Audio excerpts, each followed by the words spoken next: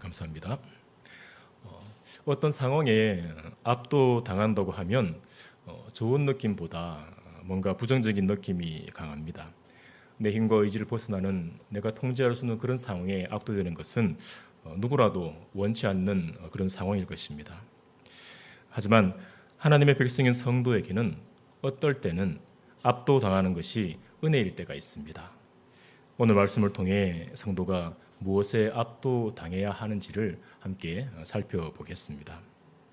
오늘 말씀 이사야 6장은 이사야 선지자가 하나님을 뵙는 장면이 기록되어 있는데 그 시간적 배경이 우시아 왕이 죽던 해라고 기록되어 있습니다. 우시아 왕은 남유다의 10번째 왕으로 16살의 왕이 올라 52년이라는 긴 시간 동안 나라를 다스렸습니다. 우시아는 하나님 보시기에 정직하게 행하여 그의 선조 다윗과 솔로몬 시대처럼 남유다의 황금기를 가져온 그런 왕입니다. 비록 우시아의 말년에 그가 마음이 교만해져서 자기 마음대로 하나님께 분향하다가 나병에 걸리긴 했지만 남유다를 강성하게 만든 그런 왕입니다. 그런 우시아가 죽던 해 어느 날 이사야가 하나님의 성전에 들어갔는데 거기에서 이사야를 압도하는 놀라운 환상을 보게 됩니다. 1절을 보시면 우시아 왕이 죽던 해에 내가 본즉 주께서 높이 들린 보좌에 앉으셨는데 그의 옷자락은 성전에 가득하였다 했습니다. 죽음을 피할 수 없는 이 땅의 왕과는 달리 영원히 다스리시는 왕 되신 하나님이 높은 보좌에 앉아 계시는데 하나님의 놀라운 위엄을 나타내듯이 하나님의 그 옷자락이 하늘부터 땅까지 그리고 성전에 가득합니다. 하늘 보좌에 앉아 계신 하나님은 홀로 계시지 않고 영적인 존재인 스랍들이 그 주위를 모시고 섰는데 이 스랍들의 행동에서 하나님의 놀라운 위엄을 더욱 살펴볼 수 있습니다. 스랍들은 6 날개를 가진 천상의 존재들인데 하나님 앞에서 그 6 날개를 각각 다르게 사용합니다. 보통 날개라면 나는데 사용한다고 볼 수 있는데 이 스랍들은 6 날개 중 2 날개로는 자기 얼굴을 가리었고 2 날개로는 자기 발을 가립니다. 그리고 2 날개로만 날고 있습니다. 6 날개를 한꺼번에 사용하여 더 힘차게 날 수 있을 텐데 왜 스랍들은 이렇게 불편하게 움직이는 걸까요? 그 이유가 3절과 4절에서 엿볼 수 있습니다. 3절 4절을 함께 읽겠습니다. 시작. 서로 불러 이르되 거룩하다 거룩하다 거룩하다.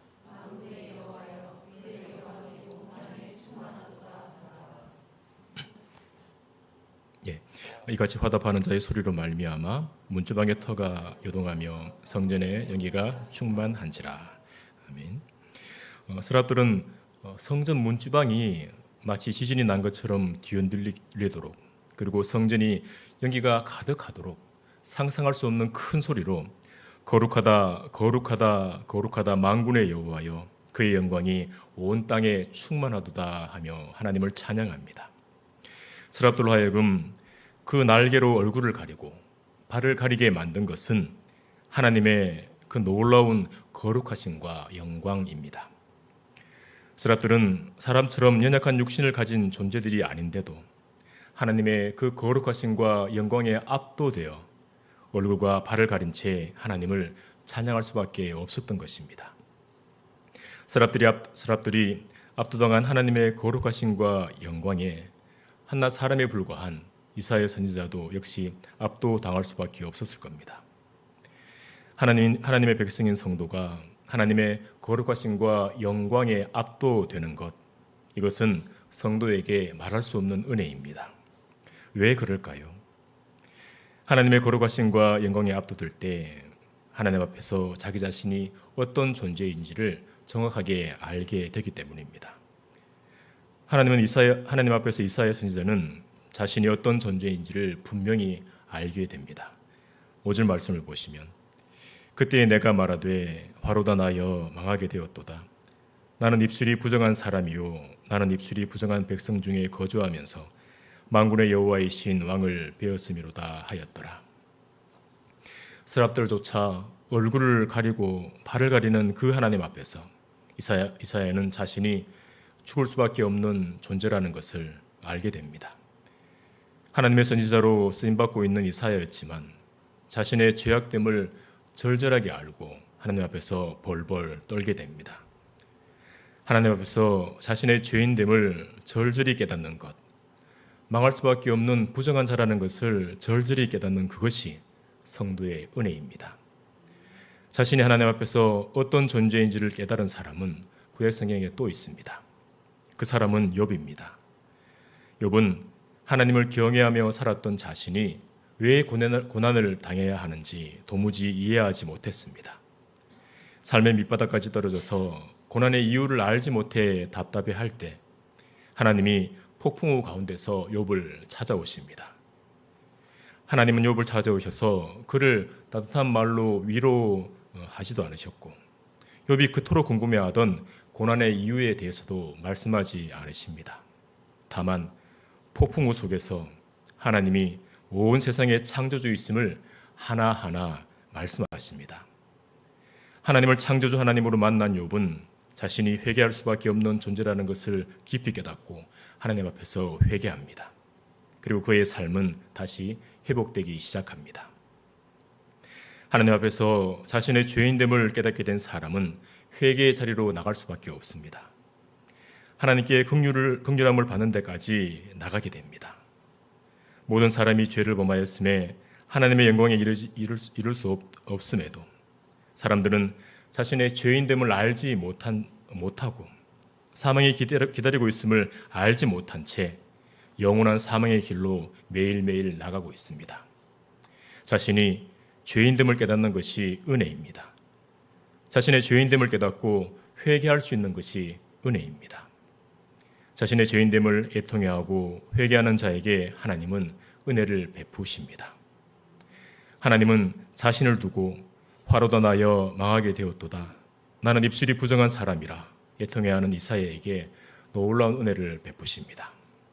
6절 7절을 보시면 그때에 그 서랍 중에 하나가 부젓가락으로 제단에서 집은 바 핀 숯을 손에 가지고 내게로 날아와서 그것을 내 입술에 대며 이르되 보라 이것이 내 입에 닿았으니 내 악이 제하여졌고 내 죄가 사하여졌느니라 하더라. 하나님은 하나님 앞에서 자신의 죄인됨을 깨닫고 두려워하는 이사야에게 악을 제해 주시고 죄를 사해 주시는 은혜를 베풀어 주십니다. 서랍 하나가 제물의 피가 뿌려지는 그 제단에서 불붙은 숯을 가져와서 이사야의 부정한 입술에 댑니다. 그리고 이사야의 악이 제하여졌고 죄가 사하여졌다 선포합니다. 이사야가 자기 죄를 위해 어떤 대가를 치르지 않았지만 그의 죄가 사하여지는 이 장면에서 우리는 예수 그리스도의 십자가를 떠올리게 됩니다. 이사야는 자신의 죄가 사하여진 것을 어떻게 받아들였을까요? 하나님의 압도적인 거룩하심과 영광 앞에서 자신의 죄인됨을 깨닫고 두려워할 때 하나님께서 악을 제해 주시고 그 죄를 사하여 주셨으니 그 감격이 어떠했을까요? 하나님의 은혜 앞에서 할 말을 잃지 않았을까 합니다. 하나님의 거룩하심과 영광에 앞대드는 성도가 자신의 죄인됨을 정확히 알고 애통해하며 회개의 자리로 나가게 됩니다. 그렇게 떨며 회개의 자리로 나가는 성도가 하나님이 예수 그리스도의 십자가를 통해 베푸신 그 은혜를 덧입게 되는 것입니다. 그리고 그 은혜에 감격하게 되는 것입니다. 하나님의 백성인 성도는 하나님의 거룩하심과 영광에 압도되어야 합니다. 영원한 사망을 피할 수 없는 자신의 죄인됨에 압도되고 애통해야 합니다. 그리고 그런 죄인에게 구원을 베풀어 주신 하나님의 놀라운 은혜에 압도되어야 합니다. 성도가 이 땅을 살아갈 때 사단은 우는 사자처럼 성도를 삼키려 합니다. 세상의 여러 가지 유혹으로 성도를 넘어뜨리려 하고 세상의 끝에 압도당하게 만듭니다. 성도 혼자의 힘과 지혜로는 이 세상을 이길 수 없습니다. 혼자 힘으로는 세상의 압도를 피할 수 없습니다. 성도로 하여금 세상의 것에 압도당하지 않고 오히려 세상의 여러 시험과 유혹을 압도하게 하는 힘은 하나님께로부터 옵니다. 하나님의 거룩하심과 그 영광에 압도될 때 세상의 것은 성도 안에서 힘을 잃게 됩니다.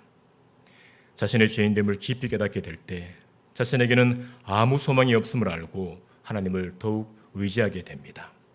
그리고 하나님이 예수 그리스도의 십자가를 통해 베푸신 구원의 은혜에 압도될 때 성도는 세상을 넉넉히 이기게 됩니다. 때때로 우리는 하나님이 예수 그리스도를 통해 베푸신 구원의 은혜가 얼마나 압도적인 은혜인지 잊을 때가 많은 것 같습니다. 사실 하나님은 죄인을 구원하실 필요가 없으신 분이십니다. 구원은 고사하고 철저하게 심판하는 것이 하나님의 거룩하심과 그 영광에 합당한 것입니다. 그런데도 하나님은 죄인을 사랑하시기로 결정하시고 하나밖에 없는 독생자를 이 땅에 보내주셨습니다. 그리고 죄인에게 쏟아부어야 할 모든 저주와 진노를 십자가에 달린 그의 사랑하는 아들 예수 그리스도께 쏟아 부으셨습니다. 세상에 있는 모든 사람을 다 합친다 해도, 세상에 있는 그 어떤 보물을 다 합친다 해도 독생자 예수님을 대신할 수 없습니다. 그렇게 귀한 예수님을 하나님은 저주받은 나무 십자가에 못 박히게 하시고 사람으로는 감당할 수 없는 하나님의 진노와 저주를 감당하게 하셨습니다. 이런 놀라운 은혜가 저와 여러분에게 임하여 있습니다. 하나님이 예수 그리스도를 통해 베푸신 은혜가 어떤 은혜인지를 알게 될 때 우리는 그 은혜에 압도당하게 됩니다. 독생자를 아낌없이 보내주신 하나님의 놀라운 사랑에 그 은혜에 압도되는 은혜가 우리 모두에게 있기를 소망합니다. 오늘은 이사야 말씀을 통해 성도가 무엇에 압도당해야 하는지를 살펴보았습니다. 하나님은 서랍들조차 얼굴과 발을 가리고 찬양할 만큼 거룩하시고 영광스러운 만왕의 왕이십니다. 성도가 하나님의 거룩하심과 영광스러움을 만나게 될 때 자기 자신이 얼마나 비참한 죄인인지 깨닫게 되고 회개하며 구원받는 자리까지 나가게 됩니다. 하나님의 거룩하심과 영광스러움이 성도를 압도할 때 하나님 앞에 가슴을 치며 나갈 수 있게 됩니다. 저 여러분이 믿음의 길을 걸어갈 때 견디기 어려운 일을 만나 괴로울 때가 있습니다. 우리를 압도하여 낙심케 하는 그 일들을 피할 수 없을 때가 있습니다. 그럴 때 우리를 압도하시는 하나님의 은혜를 만나야 우리를 누르는 그 힘든 일에서 우리가 자유를 누릴 수 있습니다. 하지만 하나님의 거룩하심과 영광스러움을 만나는 것, 하나님 앞에 회개할 수밖에 없는 우리의 비참함을 깊이 깨닫게 되는 것이 때때로 나와는 상관없는 멀리 있는 은혜처럼 여겨질 때가 있습니다. 믿음이 좋은 특별한 사람에게만 허락되는 특별한 은혜처럼 여겨질 때가 있습니다. 하지만 하나님은 특별한 몇몇 사람들에게만 이런 놀라운 은혜를 주신 것이 아닙니다. 성전 문지방이 흔들릴 만큼, 성전의 연기가 자욱할 만큼 서랍들이 힘을 다해 찬양하고 경배하는 그 하나님이 지금 이 순간 우리와 함께 하십니다.